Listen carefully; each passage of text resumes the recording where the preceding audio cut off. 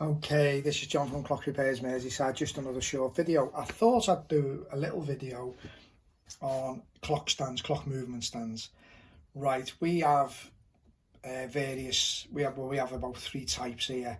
They all, they all do some kind of job. They all do, as I say to you, I've said before in other videos, we repair that many different types of clocks. I mean, we've got this many stands, and obviously our grandfather clock stuff goes on brackets, which is in our other workshop, which we put on them because of obviously the length of the pendulum and things like that.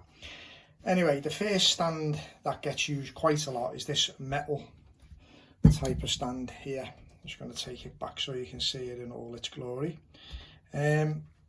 It's of the type that stands on the bench with sort of 3 legs, and these legs at the bottom are adjustable so you can actually level it up, so you can get the thing in beat and stuff, get the clock movements in beat. And these brackets here actually move up and down to what size movement you need. And also, if you look on the inside here, you've got grooves top and bottom, and you've also got these pillars that come out. I think this one's actually came from America, if I remember rightly. And sometimes what I'll actually do is, rather than have these legs splayed out on a bench to give me a bit more space, we've got holes in various places drilled into the bench legs, if you like, and I'll actually dismount it from this part here and put it into the bench, and so it's just on the bench. And sometimes you might have to do that if the pendulum's just a bit long and it's hanging over, and then we can have it sort of swinging along the edge of the bench, if you like. That works well. Not totally ideal though, because obviously if we're working in the workshop, I mean, there's a good chance you'll knock it and things like that. Important thing to remember is make sure that it is secured properly in these in these pillars, or on the edge of the thing, on the edge of the movement stand. I'll just show you. I've got a sort of an old clock plate here. I mean, it would mount in something like this, should we say. You've got the movement there, or you've got that type of thing there. Now obviously you see these posts that are coming out on the stand. Well, obviously you can place them in various different holes, because if you can imagine, if you've got a movement in this stand like that, I mean, you want to try to avoid things like the fly and things like that, so you might have to move them in position. There was actually no 4 on, but we've lost one, or it's one in one of the boxes or something somewhere. It's really a matter of just getting something to fit securely, so that it doesn't, obviously the main thing is it doesn't fall out the stand and you damage the movement, but the main thing is to get it to secure properly. I think this was pitched to us so as a really good, the only stand you will ever need, and things like that, which really is not the case. I mean, sometimes, there's just no way it's gonna hold anything suitably for us to work on, or for us to test, or whatever. The pendulums are too long. Obviously with other clocks, the pendulum are too long, they're going to go on a bracket, and we've cut out various seat boards. We've made them out of, we find the best stuff sometimes to make them out of, the laminated flooring, which is, but it's more like the 12mm stuff. I mean, we can, so we've cut a few out of that, and it's nice just to use that, and we can clamp it properly and stuff like that. Then obviously grandfather clocks go on their own seat board, so that's never a problem really. They go back on their own seat board, and then they go on the 2 brackets which stick out. We've had various grandfather clock stands, we've made grandfather clock stands. They work okay, they just take up far too much space for us, so we went to this bracket round the wall, and we can probably test probably half a dozen grandfather clocks at a time. These are really only temporary things. I mean, we don't really leave a clock on them for a long period of time. The reason being, obviously, it can get knocked over or whatever. But yeah, that's one. As I say, they're sold probably eBay, Amazon, probably 60 quid, I think that one was. Okay, we'll put that aside. Right, this one, as you can see, is something we've cobbled together, and that works well for you know, your 1950s Smiths Enfield type clocks, Duval, you know, that type of thing. You've got like, you've got brackets on them and you can screw the brackets into the wood, and that keeps them pretty steady, and we can work on the front end and we can work at the back, and you know, we can get round them, you know, see what's happening really. And when we find that works well for that, nothing special, just a you know, couple of pieces of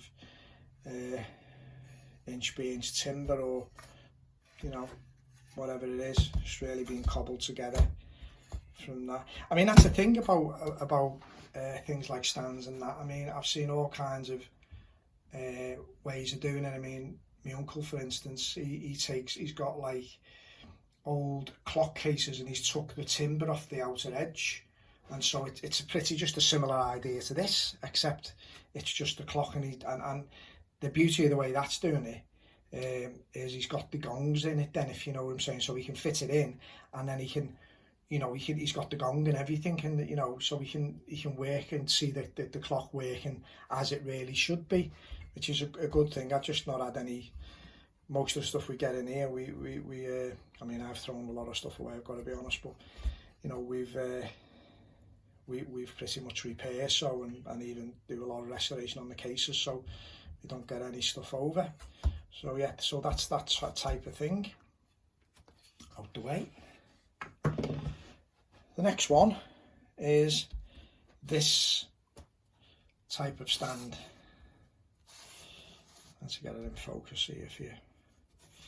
Now, if we lay that down just like that, should we say, that's for your round type clocks. I mean, obviously your French, your Jappy Ferrers and Mogan and clocks like that. Literally, yeah, it just fits in between here if you can get it. Sometimes on the edge, if you notice on the edges, I've put elastic bands. It just gives it a bit more, it stops them slipping.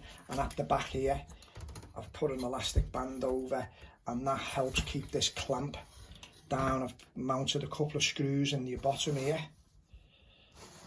It's a couple of screws there in the bottom, and what that actually does is just goes round there literally, if you like, or comes down like this and then hooks round the back, and obviously it's like a guillotine effect then, but it actually keeps the movement in place. I'll just try and get a plate off of French movements and show you.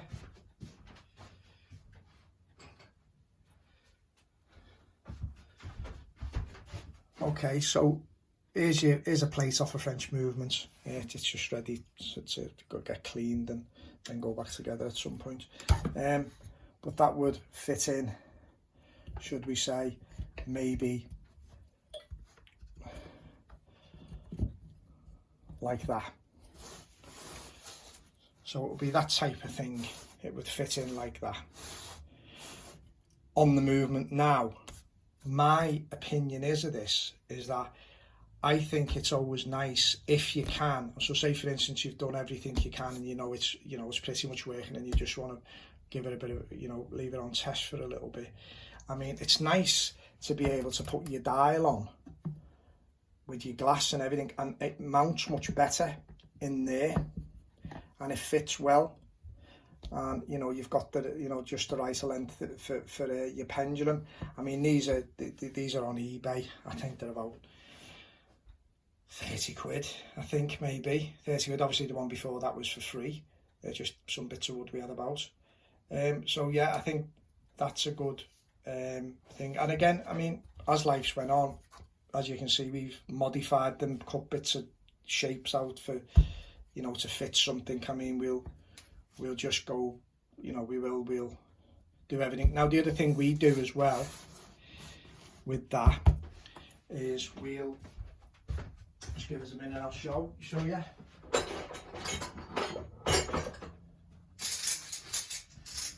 Is we have clamps like this.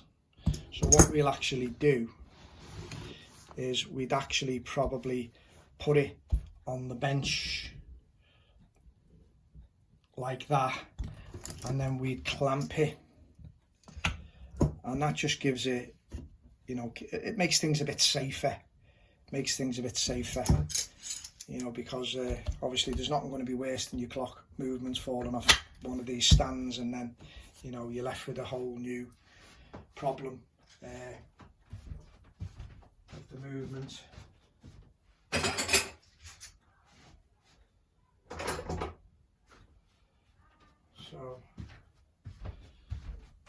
So yeah, really only a short video, but yeah, these are various clock stands we may use. So there they all are again. I'll just get them in sight for you just a slight bit. Yep. So they're the three main stands we will probably use. And as I say, the rest of the things we're going to be doing is we're going to be putting, we've got a couple of different types of seat boards. Ones will fit your sort of 1900 German type grandfather clock movements, that type of thing. Hamley, stuff like that. As I say, your grandfather clocks themselves go on their own seat board.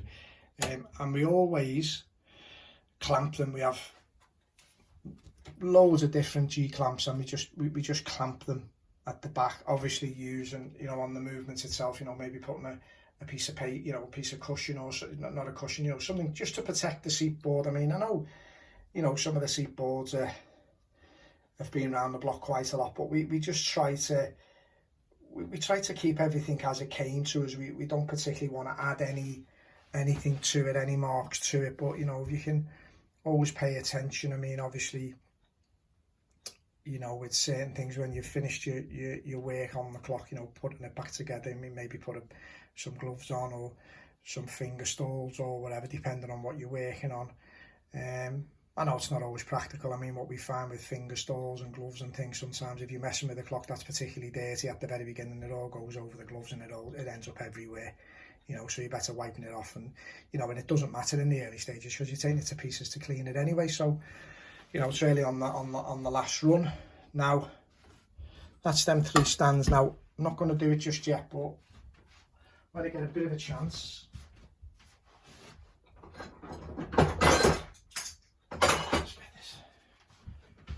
we have our there. Our Mainspring winder we use. Now, it's like the one. Okay, there's one on the NAWCC website. I can't remember the name now. The guy, very same thing as that, but this was actually made by. This was bought in this. This was made by a guy in Germany. They're still on eBay now. They're about 150 quid, I think. It's quite big. We got it, the bigger one, because it does fusey, you know, fusey clocks, cylinders and everything, and it has all the sleeves with it. It has all the, you know, the ends with it, and, you know, for the arbors, you know, the right size, nut spinners type thing. Got a ratchet thing, a ratchet spanner basically. Goes one way and another. Again, the way we use that, we'll bolt it to the bench with a clamp, and then we'll go from there. As you see, it's got a few screws in, which we, you know, we had it screwed to a bench at one time, but as times went on, we've got more and more tooling, and so we haven't got the space now. I mean, we're pretty much as far as we can go with everything. I mean, I think we'd need bigger premises, but I mean, this works out for me. But yeah, I'll do a video on that, how that's used. Quite a nice piece of kit. But yeah, it's does the job. I mean, it's so difficult to get mainspring winders and things like that now. I mean, so this was a good thing, and I think I've made a few homemade ones, but this is quite robust. Within that. So anyway, this is another short 15 minute video. If you could, please give me a thumbs up and please subscribe. Get me to subscribe, gets me where I can get to doing some live view stuff, and then that'll work if I'm out and about on the road and things like that. I can, you know, show you some interesting stuff, and, you know, maybe we're going to look at some Turret clock stuff at some time, and, you know, yeah, show you how we install grandfather clocks in houses when we go to customers and things like that. I mean, I'm looking to do that on lives, but I'm going to do some anyway. But if you like my videos, please give us that thumbs up, and if you don't mind, subscribe. This is John from Clock Repairs Merseyside, so I hope you enjoy my videos, and I'll see you again. Thank you.